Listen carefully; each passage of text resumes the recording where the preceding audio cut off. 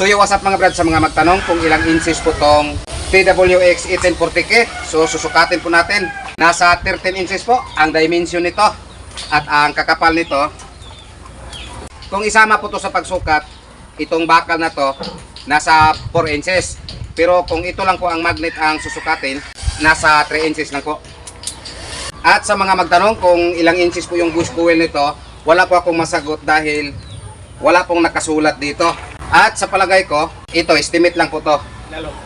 Nasa 5.5 inches lang po siguro to.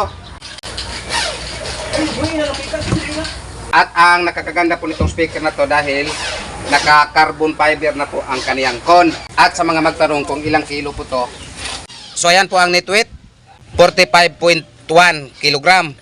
At ito din ang gross weight, 48.2. TWX 1840K. Kung kulang-kulang po yung lakas ninyo, hindi po ito mabuhat ng isang tao. Shout out Mr. Dodge Montomo.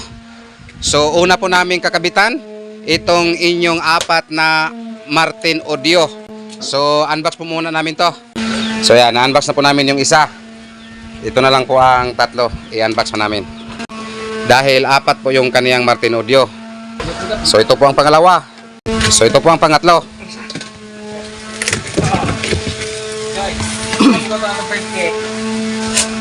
So ito po ang pang-apat. Unbox po muna namin to. Ito po ang pang-apat.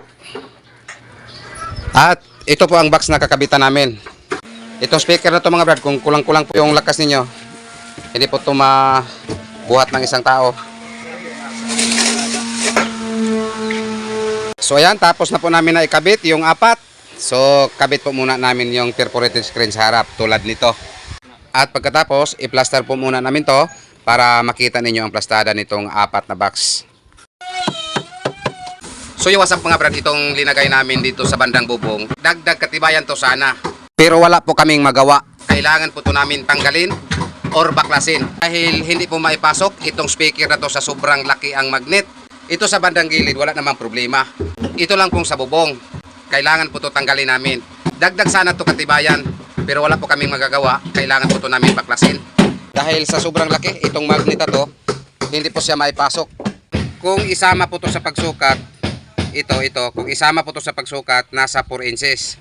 Dahil itong magnet niya, 3 layer, 1 inches bawat layer, at meron pa itong bakal na tag 1/2, at dito din 1/2. So nasa 4 inches po ito.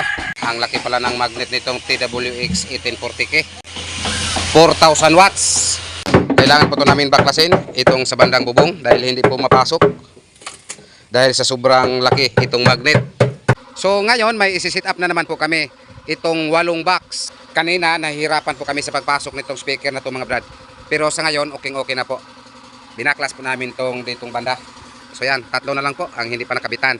So shout out Mr. Dodge Montomo. So ayan na po ang inyong item. Ito na lang po ang tatlo na ikakabit namin. So itong tatlo tapos na po. At yung pang-apat at ang pang-5 patapos na rin. Itong apat na Martin Audio mga brad, pareho po to sila ng laman.